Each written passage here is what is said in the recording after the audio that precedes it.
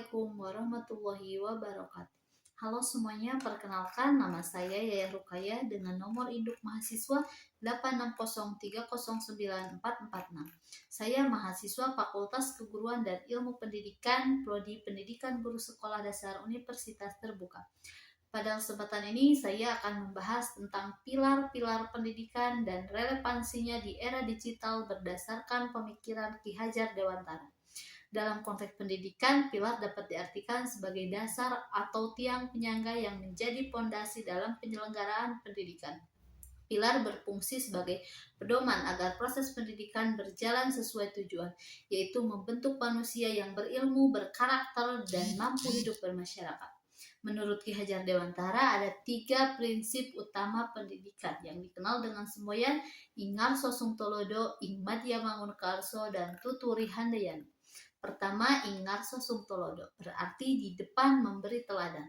Guru harus memberi contoh yang baik bagi peserta didik, baik dalam sikap, perilaku, maupun penggunaan teknologi secara bijaksana. Prinsip Ingarso Sungtolodo relevan ketika guru memberikan contoh penggunaan teknologi secara bijaksana. Misal, guru mengajarkan cara memanfaatkan AI secara baik, yaitu untuk membantu belajar, bukan untuk menyalin tugas secara langsung. Kedua, Ingmadya Mangunkarso, berarti di tengah membangun semangat. Guru tidak hanya mengajar, tetapi juga mendampingi dan memotivasi peserta didik agar aktif belajar, mengembangkan kreativitasnya. Prinsip Ingmadya Mangunkarso dapat diterapkan melalui pembelajaran berbasis proyek. Contoh, peserta didik membuat video edukasi tentang lingkungan atau budaya daerah yang kemudian dipublikasikan melalui platform digital. Dalam proses tersebut, guru berperan mendampingi dan membangkitkan kreativitas siswa. Yang ketiga, Tuturi Handayani, berarti di belakang memberi dorongan. Guru memberikan kepercayaan kepada peserta didik untuk berkembang secara mandiri, namun tetap memberikan arahan dan dukungan ketika diperlukan. Prinsip Tuturi Handayani terlihat ketika guru memberikan kesempatan kepada peserta didik untuk belajar mandiri melalui platform pembelajaran seperti LMS, video pembelajaran, atau sumber belajar daring lainnya. Di era digital, prinsip-prinsip tersebut tetap relevan, bahkan semakin penting.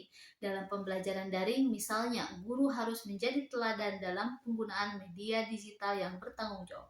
Guru juga perlu membangun motivasi belajar peserta didik karena tantangan pembelajaran digital seringkali membuat siswa kurang fokus.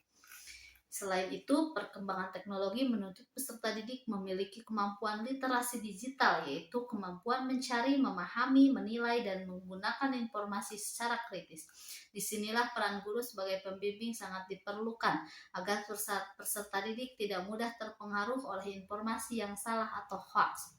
Pada era digital saat ini, peserta didik sangat dekat dengan internet, media sosial, dan kecerdasan buatan atau AI.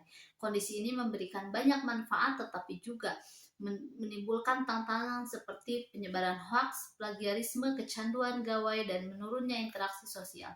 Namun, penerapan prinsip Ki Hajar Dewantara di era digital juga menghadapi beberapa tantangan seperti kesenjangan akses teknologi, rendahnya literasi digital sebagai peserta didik, serta menurunnya interaksi sosial secara langsung yang berpengaruh terhadap pembentukan karakter.